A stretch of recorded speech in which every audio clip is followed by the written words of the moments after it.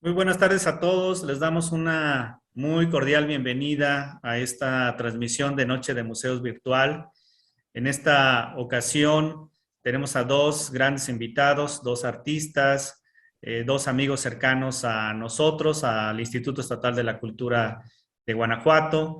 También doy una cordial bienvenida a nombre de 101 Museos que hace posible esta transmisión. Y bueno, en esta ocasión, este mes, decidimos invitar a un artista expositor que tenemos, Rafael Rodríguez, un gran artista, un gran amigo para nosotros, que hizo una exposición de la cual comentaremos el día de hoy. Y también invitamos a Ana Quirós, querida amiga, también cercana, artista, que ha colaborado en diferentes proyectos con el instituto, además de que recientemente le dimos la bienvenida como consejera interna de museos. Para nosotros realmente es un honor tenerte, Ana, muchísimas gracias. Tenerte también a ti, Rafael, muchísimas gracias. Gracias. Voy a comenzar leyendo una breve semblanza de Ana para darle paso, cederle el micrófono para este conversatorio con Rafael Rodríguez. Ana Quirós vive y trabaja en San Miguel de Allende, Guanajuato, desde el año de 1991. Su trabajo artístico muestra un interés alrededor de los problemas relacionados con la vida política y social en México a través de esculturas y objetos que exploran diferentes materiales en construcciones críticas e irónicas. Ha recibido premios y reconocimientos por su trabajo escultórico y de instalación. También ha realizado residencias en diferentes países en Europa y América y ha expuesto en numerosas muestras colectivas e individuales en diferentes países. Actualmente recibió el doctorado en artes por parte de la UNAM. Su investigación académica se concentra en la reactivación de la dimensión social y política en el arte contemporáneo en México. Desde 1998 trabaja como docente en diferentes universidades e instituciones de arte. También realizó labores de difusión y promoción del arte contemporáneo, trabajando entre 1997 al 2011 en el Kunsthaus Santa Fe y en el Kunsthaus Miami como codirectora con su fundador, el artista alemán Lothar Müller. Actualmente trabaja y colabora en proyectos sociales y comunitarios relacionados con la educación y el arte. Ana, nuevamente bienvenida. Muchísimas gracias, querido Arturo, Rafa, querido amigo, colega. Efectivamente, estoy feliz de poder conversar con Rafa, como lo hemos hecho muchísimas veces.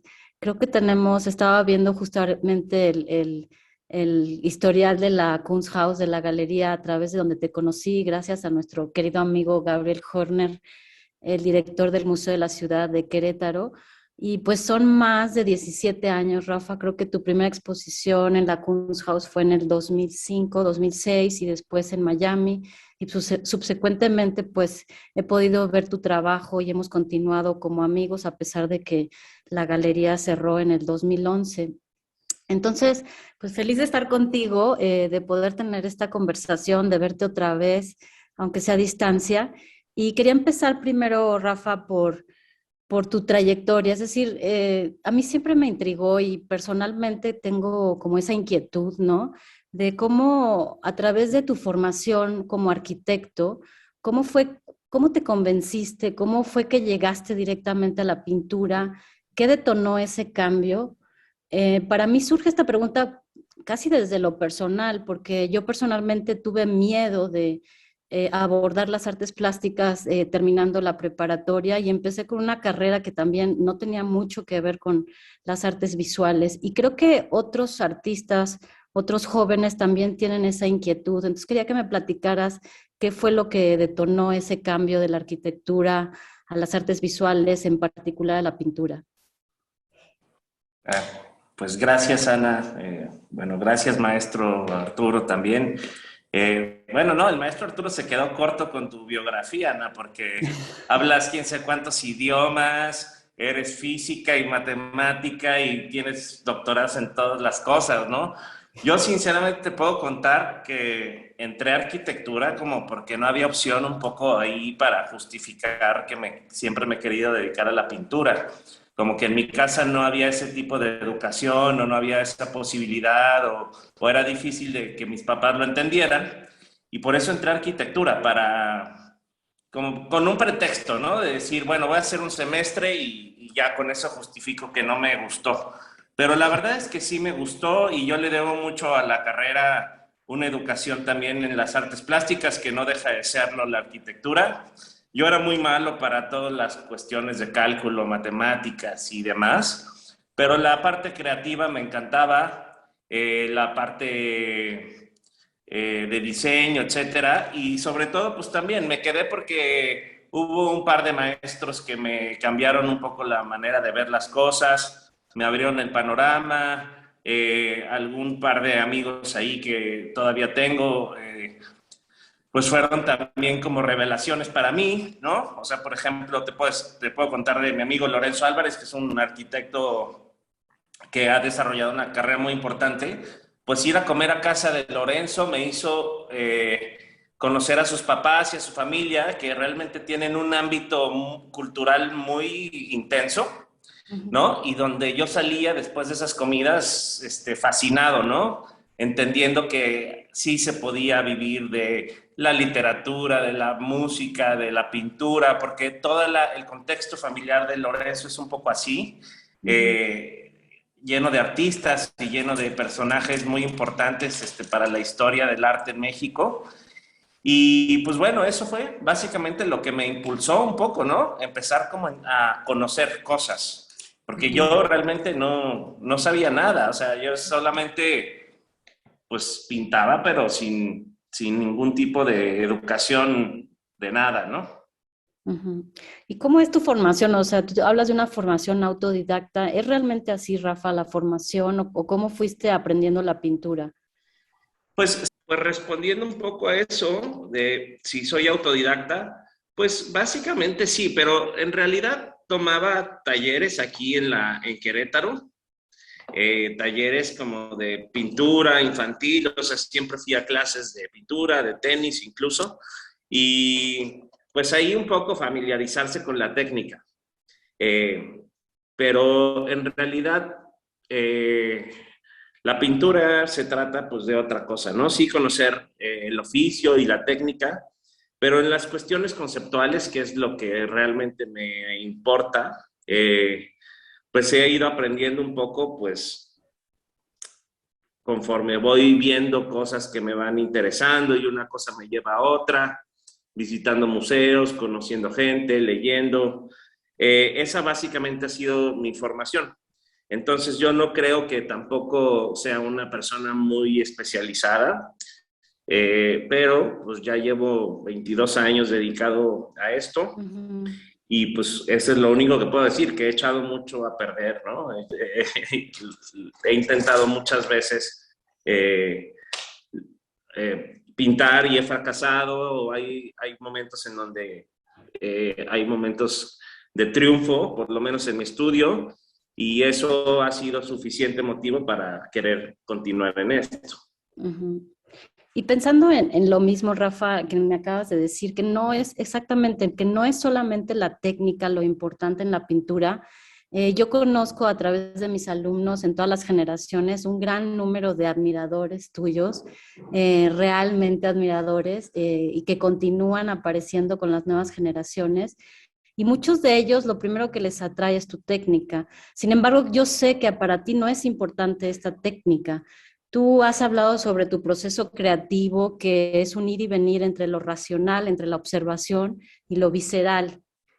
Yo siempre he cuestionado este movimiento entre estos hemisferios y me gustaría preguntarte cómo vas en este ir y venir, cómo funciona esto y qué le dirías a estos admiradores en ese sentido de la búsqueda más allá de esa mera técnica, ¿no?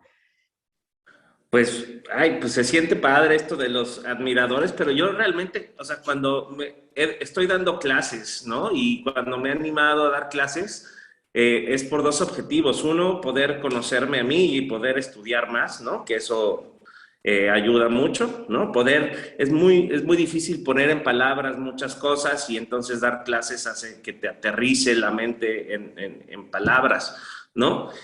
Pero yo siempre digo, agradezco que la gente que se haya acercado a mi pintura o a mis clases haya sido porque les haya gustado la manera en la que yo pinto, ¿no? Sin embargo, yo siempre he defendido, y eso es como a riesgo de la gente que se inscribe a mis cursos, que yo no enseño a pintar como yo pinto, porque en realidad lo que me gustaría es que ellos aprendieran a pintar como ellos pintan, ¿no? Y eso puede tomar mucho tiempo, ¿no? En descubrir cómo eres, pero lo que pasa es que ese es nuestro gran poder, porque somos personas irrepetibles. Entonces, nadie puede pintar como tú. Yo no me estoy refiriendo aquí a cuestiones técnicas ni de virtuosismo ni nada, ¿no? No sé si recuerdas, Ana, pero mi pintura ha ido cambiando mucho, ¿no? Porque al principio, justamente, lo más fácil para mí era, pues, tratar de hacer una pintura figurativa, pero más tendiendo al realismo o al fotorrealismo, ¿no? Y este es un truco o es un arma de dos filos, porque por un lado, si logras concentrarte y si logras tener una pieza bien ejecutada, te puede ocasionar una especie como de efecto en la gente, en donde diga, oye, qué padre porque parece una fotografía, hasta me engañaste, ¿no? Pero digo, esto puede ser halagador, pero por otro lado, ahorita eso para mí me parece terrible, porque yo lo que quiero es que parezca una pintura, ¿no? Y fíjate que me pasa un poco lo mismo con cuando estudiaba arquitectura.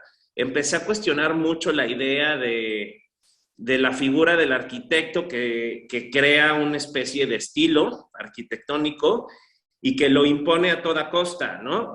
A mí me pasó en una visita a Londres, en donde vi un edificio de Legorreta insertado en un barrio londinense, que digo, sí estaba muy respetuoso en la integración, digamos, de las alturas y de las proporciones, pero pues era un Legorreta con el amarillo, con las piedras de cantera, ¿no? O sea, era básicamente una marca. Y me parecía que era absurdo y era muy grotesco cómo imponer eso sin poder leer cuáles eran las necesidades del lugar, ¿no? O sea, sino imponerte a ti mismo, ¿no?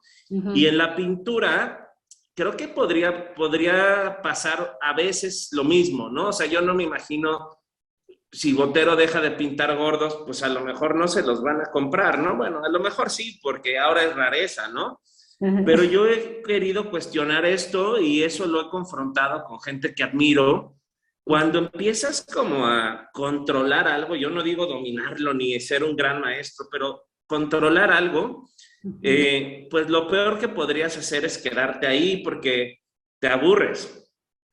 Y sobre todo porque cada pieza debería tener como una, no sé, como una atmósfera única que probablemente también dependa de tu estado de ánimo o de tus ansiedades o de lo que sea, que requiera otro ritmo, ¿no? Y ese ritmo se tiene que reflejar en la pincelada, etcétera. Entonces ha habido cambios en la manera de pintar y también en la manera de observar la pintura que me gusta, ¿no? O sea, han ido cambiando mis gustos drásticamente, ¿no? Y cosas que antes me gustaban mucho, ahora realmente no tanto. Y sin embargo, pintores que siempre han estado ahí, ahora siento que los descubro, aunque están ahí, ¿no? Entonces, pues es eso, como ir cambiando, o sea, tú mismo cambias todos los días, pues, ¿por qué no tiene que cambiar tu pintura, no? Así es. Y eso me lleva a preguntarte, Rafa, que estaba leyendo una entrevista que te hicieron hace tiempo, ¿no? De la Galería de Arte Actual Mexicano en Monterrey, y hablabas de, bueno, justamente de este cineasta de Robert Bresson, que usa a sus, ¿no?, modelos como elementos de autoexploración y de la encarnación del misterio humano. Tú mismo hablas sobre tu exploración de la condición humana y pensando en tus pinturas, en tus modelos, algunos que retratas muchas veces, los amigos, otros que son muy particulares, y hablando de esa condición humana que ahora me viene a la mente mucho y que la he estudiado un poco a la mismísima Hannah Arendt, no sé, me relacioné un poquito con esta condición de lo distinto. Dice Hannah Arendt, el discurso y la acción revelan esta única cualidad de ser distinto. Con palabra y acto nos insertamos en el mundo humano y esta inserción es como un segundo nacimiento. Mediante la acción y el discurso, los hombres muestran quiénes son, revelan activamente su única y personal identidad y hacen su aparición en el mundo humano. Yo siento que en tus retratos hay algo muy distinto, ¿no? Y me gusta, o sea, y que justamente, como dices, tu pintura se ha transformado a lo largo de los años y has llegado a un espacio de aparición en los términos de Arendt, ¿no? Que es muy particular, ¿no? Como tú dices, cada pintura tiene que tener su atmósfera única, como su propia como contradicción, su cualidad de ser distinto, ¿no? Y creo que, bueno, como esa búsqueda es muy profunda y que no es fácil, como tú dijiste, de encontrar y qué es lo que quieres al mismo tiempo decirle a tus alumnos, ¿no? No sé, ¿cómo llegaste a esto? ¿Hay algo particular en eso para llegar a esta nueva manera de ver o esta nueva manera de aparecer, pero que ya no es un retrato por sí mismo, que es como otra cosa? Sí, pues justo mencionando a Bresson, ¿no? En el cine, me gustaba la idea de que, por ejemplo, trabajó al principio con Ana Cázares, ¿no? Que es una actriz que le hizo la vida imposible y que parece que eso hizo que él no quisiera volver a actuar con actores profesionales nunca más. Y entonces encontrar esta fórmula de representación en donde la actuación no importa, en realidad lo que impone es la presencia, ¿no? De cada personaje. Entonces parecía mucho más factible que si en una de las películas el personaje era un carpintero, en lugar de contratar a un actor famoso, por muy buen actor que fuera, pues mejor contrataba a un carpintero real que no supiera actuar, pero cuyas facciones, las manos, la manera de hablar, todo, pues iban a ser de un carpintero. Entonces ese experimento le iba a dar un realismo distinto, ¿no? Y para mí particularmente este tipo de cosas me parecen como pequeños milagros. Cuando de pronto vas caminando y ves como en los rostros, pues cosas con las que te identificas y que podrías puentear con, no sé, la pintura flamenca o lo que sea, ¿no? Muchas veces eso es lo que voy viendo, como cuestiones muy básicas, como de relacionar una cosa por otra, porque siempre me cuestiono así de qué tenían las personas de los retratos que vemos en las grandes colecciones que no puedan ser objeto de retrato la gente actual, ¿no? Esto sin caer como en ningún tipo de simbolismo, ni tampoco ninguna pista de nuestros tiempos. Hay gente que pinta, por ejemplo, gente con teléfonos celulares o con el tipo de ropa, no lo sé, ¿no? Yo casi siempre trato como de limpiar la imagen lo más posible, sobre todo para concentrarnos en el rostro, ¿no? Muchas veces creo que el rostro refleja, sin decirlo, pues obviamente la historia que traemos, ¿no? Y en el mejor de los casos, si la obra está bien ejecutada, pues nos hace preguntas o nos revela un misterio o hay algo que nos hace preguntarnos por qué esta persona que no conocemos se nos enfrenta a nosotros y nos conmueve o nos causa conflicto, lo que sea, ¿no? Digo, sí es una obra bien lograda, yo no sé si tenga algunas que haya sucedido eso, pero ese es mi objetivo, ¿no? Pues la gente que está al alcance, a mí me gusta mucho, o sea, es como mucho más cómodo para mí poder pintar a alguien que conozco en todos los aspectos porque sabría bien a lo mejor cómo incluir aspectos hasta psicológicos o, no sé, la personalidad, ¿no? Así más o menos he trabajado. Ujú. Así es, Rafa. Oye, bueno, y ahora regresando ya particularmente a tu exposición, ahora con motivo del Festival Internacional Cervantino, em, estaba viendo, estaba leyendo algunas de los artículos de prensa que salieron y quería preguntarte para que la audiencia sepa, por un lado, ¿cuál fue tu primer contacto con la obra de Hermenegildo Bustos? Em, por un lado, me parece impresionante que muchas personas y los mismos artistas y los mismos estudiantes no conocen todavía la obra de Bustos, ¿no? Y bueno, actualmente tu exposición está en 3 museos, ¿no? Tanto en el Sí, Museo Hermenegildo Bustos en su pueblo natal, Purísima de Bustos hoy, en el Museo del Pueblo de la ciudad de Guanajuato y en la Alhóndiga de Granaditas.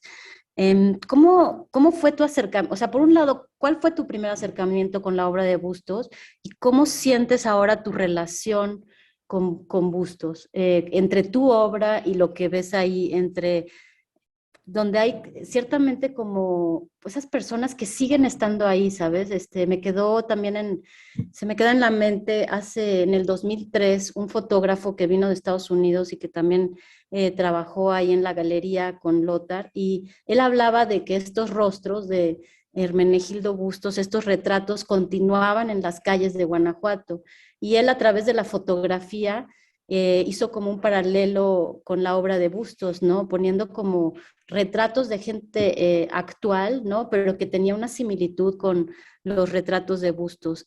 No sé qué piensas de esto y cómo te relacionas hoy en día con este pintor que lo describes tú como metódico, con un interés y una curiosidad profunda. Pues en realidad es así como un sueño hecho realidad, poder ahora exponer este tipo de, o sea, mis retratos al lado de las colecciones de Hermenegildo Bustos, ¿no? Mi primer acercamiento fue justamente en la Alhóndiga de Granaditas. Yo, sin saber realmente mucho de Hermenegildo, o sea, prácticamente nada, me encontré con esta colección de retratos en escala muy pequeña, ¿no? Hay algunos medianos, un poco más grandes, pero en realidad la escala me llamó muchísimo la atención, ¿no? Y la intensidad de estos personajes, ¿no? Y como dices, Ana, ¿no? Este fotógrafo igual se maravilló con los rostros que en la actualidad hay y decir, bueno, pues Busto sigue por aquí vivo, ¿no? A mí creo que las cosas que, no solamente lo increíblemente bien logrados que son los retratos en cuanto a detalle, ¿no? La ropa, por ejemplo, no sé, el pelo, ¿no? Hay muchas cosas como extraordinariamente finas y bien realizadas. Creo que me maravilla mucho más también saber como la inocencia del personaje, ¿no? O sea, como cómo vivió, ¿no? Las diferentes oficios que tuvo, ¿no? Y cómo estos retratos, que yo creo que no sé si fue una cosa deliberada o no, tienen una gran carga como de perversión. Los rostros te pueden decir perfectamente, y bueno, los rostros y la ropa, el contexto económico de estas personas o los oficios a los que se dedicaban. Entonces ves por gente campesina o ves la gente que tenía como más, eh, no sé, como más dinero, y entonces cuáles eran su estatus social, por ejemplo, eso lo denota, ¿no? También otra cosa que me llama mucho la atención de Bustos es el fervor religioso que tenía y cómo combina los retratos, pero también con la religión. Entonces, poco a poco, investigando sobre Bustos, pues te encuentras ante una cosa de verdad irrepetible, muy, muy impactante, muy interesante. Y sin embargo, pues es un artista que, digo, en la actualidad, por supuesto, todo el mundo lo reconoce o lo debería reconocer y se imprimen obras de libros de Hermenegildo por todo el mundo, pero también llama la atención que hace unos años nadie les encontraba este valor, ¿no? Por ahí está la leyenda que el autorretrato lo usaban de recogedor o no sé, ¿no? Este tipo de cosas, ¿no? De que alguien tuvo esta como visión de poder empezar a rescatar estas obras, ¿no? De darles el valor, de hacer que la gente los pudiera conocer, pues es increíble. Y aprovechando un poco la exposición que está ahorita en Purísima, pues recibir esta invitación al Cervantino para poder intervenir estos 3 espacios con mi obra, pues es un gran honor. Y sobre todo, pues al principio creo que pues me dio mucho miedo porque, o sea, porque sí siento no sé, que impone mucho estar mano con mano ahí al lado, ¿no? En una especie como de correspondencia, de discusión con un artista que me parece muy extraordinario. Oye, Rafa, y dime, ¿por qué fue el título de Fenómeno Solar? Me queda esa curiosidad. Ajá. Sí, pues en la Alhóndiga, por ejemplo, en la Alhóndiga tienes esta colección de retratos, ¿no? Las familias, los retratos individuales, etcétera, pero o sea, como al final del recorrido hay 2 piezas que son muy especiales, ¿no? Hermenegildo le gustaba mucho la astronomía y entonces registraba fenómenos que él veía en el cielo. Parece que él se subía a la azotea de su casa o en el campo y en una laminita iba anotando si veía una estrella fugaz y lo registraba como qué es lo que sucedía y ponía la fecha y una pequeña descripción, etcétera, ¿no? Y hay un cuadro que se llama Fenómeno, y no se llama fenómeno solar, pero yo no sé por qué lo recordaba así, ¿no? Tal cual, fenómeno solar. Y es como una especie de explosión que él vio en el cielo, ¿no? Que parecía como, sí, como un fenómeno, como si fuera una especie como de cuadro de una galaxia llena de colores. Y no se me olvidan esas dos piezas. Me parece que es así perfecto para rematar esta colección, poder observar esas obras que son muy particulares, al igual que las naturalezas muertas que están en la colección del Munal, que son muy bonitas, pero pues también son muy interesantes por los planos y demás, ¿no? Y entonces, como yo me quedé con esta idea de que se llamaba Fenómeno Solar, y después, cuando le quise poner el título, lo dejé primero como de trabajo, y luego ya me gustó, porque en realidad la pieza se llama Fenómeno, era como puentear a ese gran asombro que tuve la primera vez que visité la exposición, pero por otro lado, en este asunto como solar, que tiene que ver como con la personalidad solar que podría haber tenido Hermenegildo Bustos, ¿no? Yo creo que era un personaje muy querido y muy carismático y lleno de actividad relacionada directamente con su comunidad, ¿no? Entonces no me queda duda que era una persona muy solar, por decirlo así, y entonces era un truco y una anécdota, ¿no? Entonces, incluso esto que estoy platicando, pues es el texto de Sala, que fue la justificación de la exposición. En teoría yo iba a sustituir este texto por otro texto mucho más extendido, ¿no? Escrito por alguien especializado, pero sin embargo creo que decidimos dejarlo porque me parece mucho más honesto como decir, bueno, pues esto es como lo que me pasó y este ha sido mi primer acercamiento y mi desarrollo para lograr esta exposición. Siguiente pregunta, ¿cómo formaste el cuerpo de obra de esta exposición dividida en estos 3 museos? ¿En qué te basaste? ¿De dónde son tus modelos? ¿Cómo está operando? Pues fue una cosa, no sé cómo decirlo. Tenía una serie que es lo que está ahorita expuesto en el Museo Hermenegildo en Purísima, que realmente la desarrollé como una especie como de terapia. O sea, había tenido un periodo muy poco productivo y estaba muy atorado, y entonces la única manera que encontré para tranquilizarme, ¿no? Es como volver a retomar la pintura, y lo que hice fue, básicamente es volver a pintar a la gente que ya había pintado yo. No me importaba que fuera una cosa repetida. O sea, hay personas que he pintado más de 30 veces o lo que sea, volverlas a pintar. Y elegí este formatito muy pequeño, y entonces se conformó esta serie sin pensar que era una serie, era solamente irme desatorando en el estudio, ¿no? Y esta serie la envié a Monterrey con la Galería Arte Actual, y pues bueno, Guillermo Sepúlveda la vio y dijo que a él le parecía que no valía la pena separarla, sino hacerla una sola pieza. Y fue de esta manera en la que propuso Memo, junto con el maestro Arturo López, la posibilidad de exhibirla. Solamente que en el momento en donde ya tuvimos las pláticas con la gente de Guanajuato y demás, pues las posibilidades se ampliaron y la emoción se amplió cuando había la posibilidad de también intervenir no solamente el Museo de Hermenegildo, sino la Lóndiga y el Museo del Pueblo, ¿no?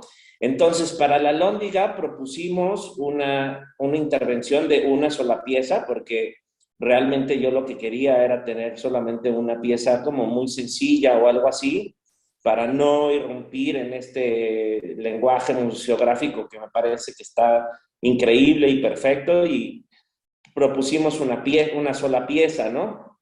Que está montada en una especie de mueble diseñado especialmente con las condiciones que tiene la sala, los materiales y demás, y que fue una colaboración, un diseño de el arquitecto Lorenzo Álvarez, justamente este arquitecto que te mencionaba, Ana, que conocí en la universidad y que admiro mucho y que se emocionó mucho también cuando le propuse hacer esto. Entonces, hay una especie como de juego, de un objeto utilitario que a la vez funciona como marco para una pieza, que es un retrato que ya había hecho en el 2011, me parece. Es una pieza vieja, que de hecho es una pieza que estuvo expuesta en Kunsthaus. No sé si te acuerdas, es este hombre que no tiene un ojo, ¿no? Ujú. Y fue, creo que, la elección correcta porque también no solamente es un retrato, sino que también por ahí en la colección de la Lóndiga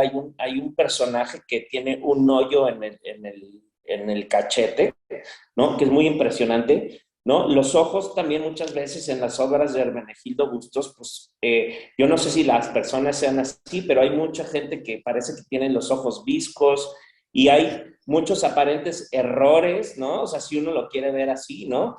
Y mi obra, pues realmente creo que sí tiene errores, ¿no? Pero son este tipo de errores que luego considero que son afortunados, que en lugar de que uno diga, uy, pues a lo mejor esta persona se ve casi monstruosa, o se está caricaturizando, o se transforma en otra cosa, creo que eso que sucede a mí me interesa muchísimo más que el retrato completamente fiel de la persona, ¿no? Sino que hay una carga mía, ¿no? Y eso pasaba ahí. Y para el caso del Museo del Pueblo, quise hacer obra completamente nueva, ¿no? Con la idea de poder puentear, como lo estamos viendo en la imagen, ¿no? Algunas de las piezas con algunos personajes que creo que podrían funcionar perfectamente como diálogo. Entonces hice unas piezas en formatos no muy grandes, pero sí medianos, ¿no? También libres de cualquier tipo de ornamento o de alguna distracción en el fondo, o sea, solamente la figura presentada. Y en contraste un poco con la oscuridad de los escenarios del fondo de los cuadros de Hermenegildo, yo elegí colores como un poco chillantes, ¿no? Había rojos, morados, azules, verdes, ¿no? Como una especie como de juego cromático ahí que quería hacer. Ujú. Y esta exposición del Museo del Pueblo particularmente me gusta mucho porque pues fue obra específicamente hecha ya con el objetivo de completar estas tres exposiciones que forman una, ¿no? Y pues bueno, pues ha sido un gran honor y ha sido realmente increíble poder estar ahí. No, me parece fantástico y aparte es como todo un proceso, toda una transición desde ese momento terapéutico de comenzar de nuevo a crear cuando uno está atorado en su estudio y no sabe ni cómo empezar y reunirte con alguien que admiras, ¿no? Y que en esos paralelos realmente funcionan ahora que me lo explicas tan claramente.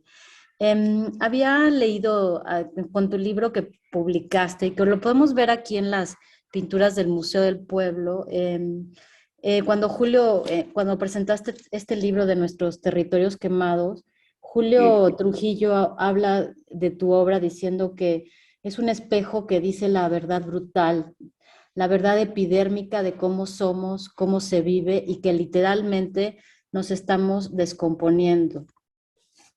¿Tú crees que realmente, o sea, encuentro que en tu pintura sí hay una detonación de esa realidad epidérmica, de esa piel como un reflejo, como un espejo del paso del tiempo, de esa fragilidad, más que fatalidad, creo que es esa fragilidad de la condición humana? Sin embargo, creo que hay otras características también en la manera en que observas, manera en que, como dices, utilizas esos errores que también son importantes en tu obra. Sí, pues hay una especie como de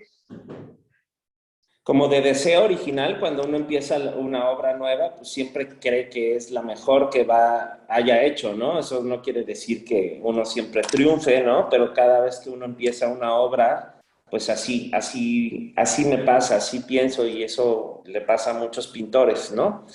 Y cuando yo yo he pintado estos retratos, por ejemplo, siempre empiezo como con una especie de necesidad de, no sé, como de tener una concentración muy particular en la técnica, ¿no?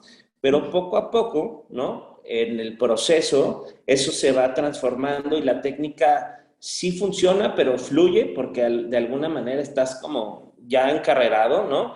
Y empiezas más bien a observar el cuadro de otra manera, ¿no? Esto lo digo porque yo también utilizo la fotografía como una herramienta de trabajo, ¿no? Y es una cosa que así es mi manera de trabajar. Y aunque las personas puedan venir a modelar a mi estudio, yo no hago más que fotografías. O sea, para el caso podría ser un dibujo, que es una cosa más rápida, pero una pintura me puedo tardar mucho, tal vez, ¿no? Y a mí me estorba que la persona esté en mi estudio, no me gusta, la luz cambia, etcétera. Entonces, la fotografía en ese sentido ha sido una herramienta, ¿no? Para mí. Y probablemente, digo, decirlo así, ni siquiera es que me dé pena, pero sí ha sido, pues no no una limitante, ¿eh? Porque claro que envidio a pintores como Lucian Freud, ¿no? Que nunca utilizó la fotografía, pero por otro lado admiro a Francis Bacon, que absolutamente se basaba en la fotografía como punto de partida, ¿no? Entonces, en la técnica muchas veces pasa, no sé si te acuerdas, Ana, en esa serie que presentamos en Kunsthaus, que se llamaba Plegarias Atendidas, ¿no? Partía de la imagen de una sola persona, ¿no? Que era mi vecina y es una tipa bastante loca, pero bueno, cae bien, la conocemos, pero sobre todo su rostro me parecía increíble porque tenía, aunque yo nunca dirijo, o sea, las fotografías nunca son posadas en el sentido en donde yo digo, ponte así o haz una cara o piensa, o sea, yo solamente platico con las personas y registro lo más casual que pueda el momento. Sí lo puenteaba como con una especie como de virgen dolorosa, ¿no? Entonces, por eso poníamos esta cita de Santa Teresa de Ávila, en donde decía que hay más lágrimas se derraman, ¿no? Por aquellas plegarias que son atendidas que por aquellas que quedan sin respuesta. Y la primer pintura que hice de esa serie, que fue la que presentaba la exposición, era un reto para mí de hacerlo lo más real que se pudiera, ¿no? Y en este sentido de querer hacer cada arruga, cada línea, cada todo, ¿no? Se volvió una cuestión un poco neurótica, ¿no? Un poco ansiosa, que hizo que la pieza, en lugar de ser realista, se volviera un poco grotesca y se empezara a deformar, se empezara casi a caricaturizar. Y entonces la serie fue así, como un poco descomponiendo la figura hasta que la última figura prácticamente era una cosa en movimiento, ¿no? Era casi una mujer riéndose, pero la misma risa era macabra. Entonces el poder descomponer el rostro me interesó, ¿no? Claro que me gusta cuando la gente dice, es que se ve muy real el cuello o los aretes, o, ¿no? Pero es algo que tampoco hago deliberadamente, o sea, ya creo que llevo muchos años haciendo veladuras y cuestiones técnicas que pues a lo mejor se resuelven, ¿no? Pero quiero sí ser muy honesto, o sea, realmente lo que me interesa es que la pieza pueda decir algo más allá que es el simple dominio técnico, ¿no? Ujú. Eh, pues bueno, o sea, creo que es eso, ¿no? El oficio también, o sea, no olvidarlo, o sea, hay que tenerlo presente, ¿no? Pero utilizarlo como una herramienta básica, pero para decir algo más en términos conceptuales. Claro. Así es, Rafa, pero creo que lo has logrado con una excelencia increíble y has logrado como esta posibilidad de ser distintos que no todos los artistas tienen y que no todos los artistas buscan, como hablaba hace rato. Y no sé, me pienso ya para terminar en otro comentario también de nuestro amigo querido José Luis Sánchez Rull, ¿no? Que también estuvo en la presentación de tu libro.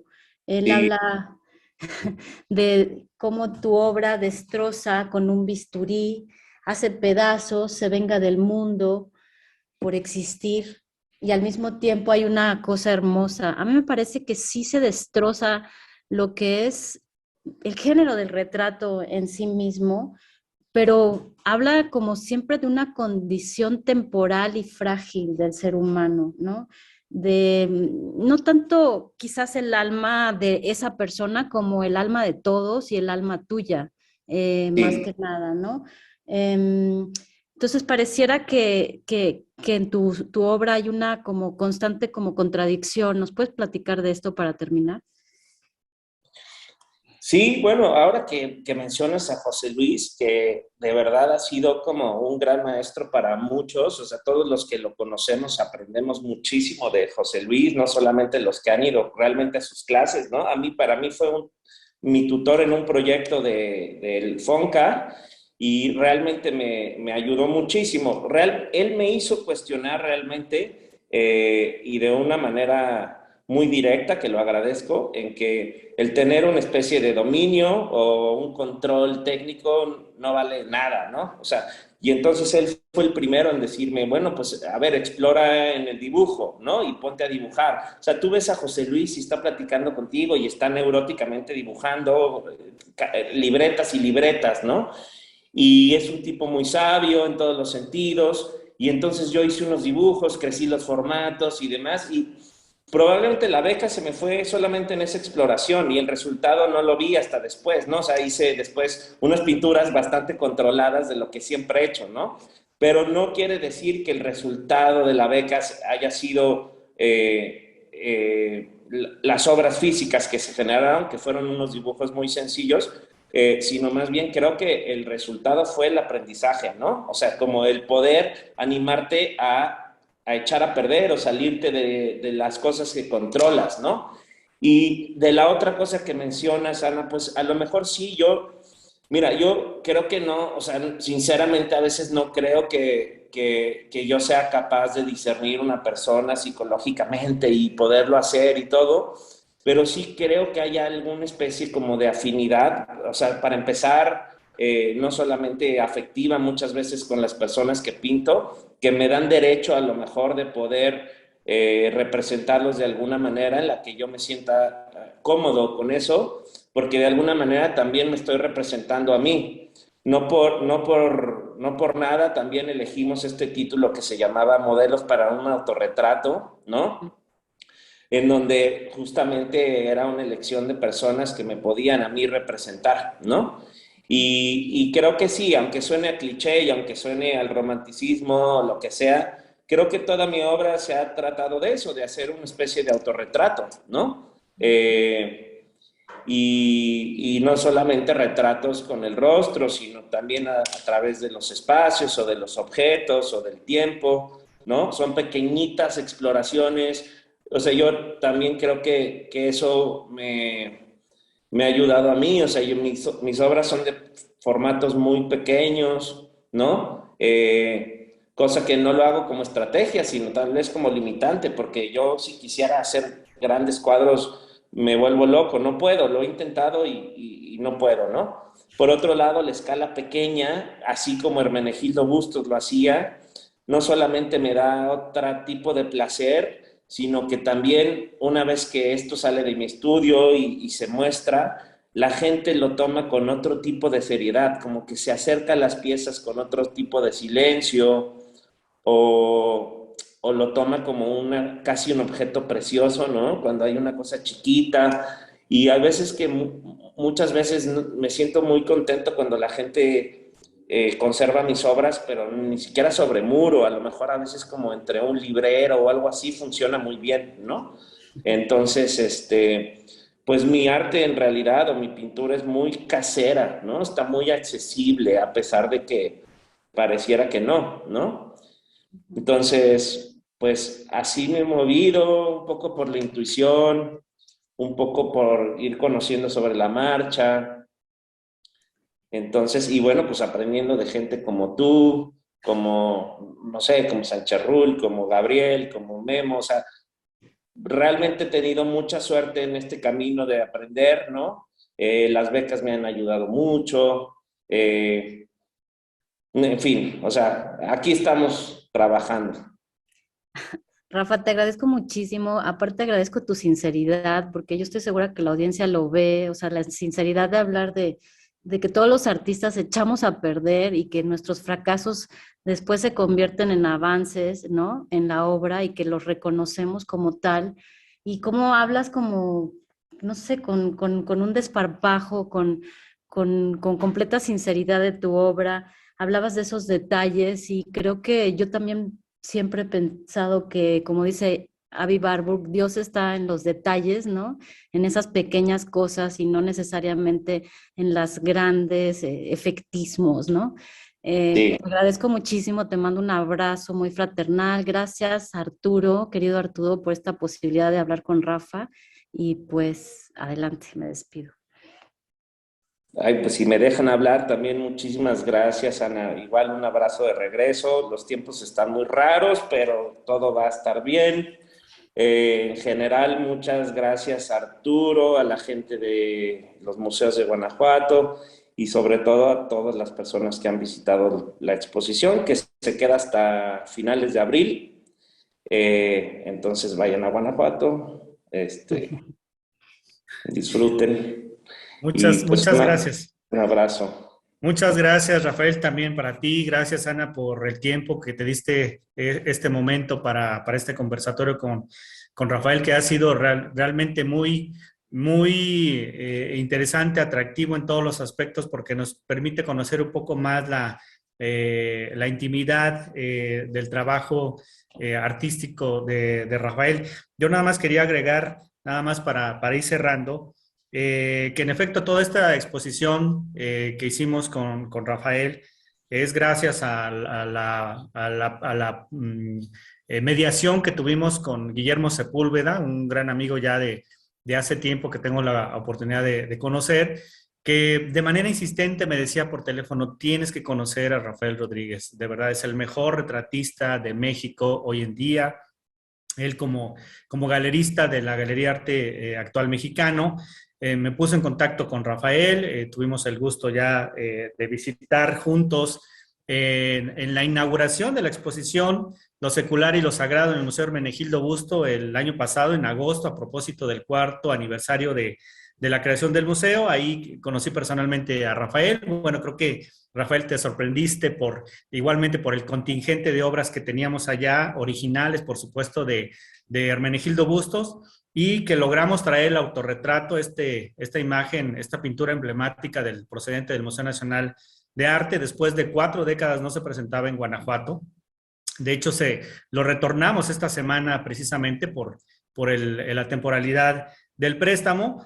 Pero bueno, ya en octubre, a propósito del programa de artes visuales del Festival Internacional Cervantino, pues ya configuramos de mejor manera esta exposición simultánea, como ya ustedes lo refirieron, en 3 espacios, con una correspondencia muy notable entre Rafael, el expositor, y Hermenegildo Bustos. Cómo conectábamos un artista del siglo XIX con un artista del siglo XXI que, bueno, todos los historiadores estamos de acuerdo en que es un retratista, Hermenegildo Bustos, muy vigente, sigue teniendo, yo creo que, muchos seguidores. Y bueno, más que un seguidor, yo creo que sigue siendo el género del retrato que sigue practicando Rafael. Pues bueno, nos da un punto de enlace muy importante para nosotros con un artista de nuestra colección permanente, y qué mejor que estas producciones recientes que hizo Rafael para darle estas correspondencias, y que de hecho le comentaba a Rafael que indirectamente él inauguró en nuestro programa de intervenciones contemporáneas con artistas actuales con nuestra colección permanente, y qué mejor con un artista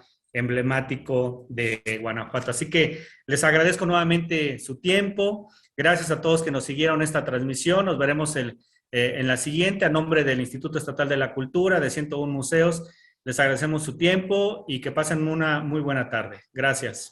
Gracias. Gracias, abrazo.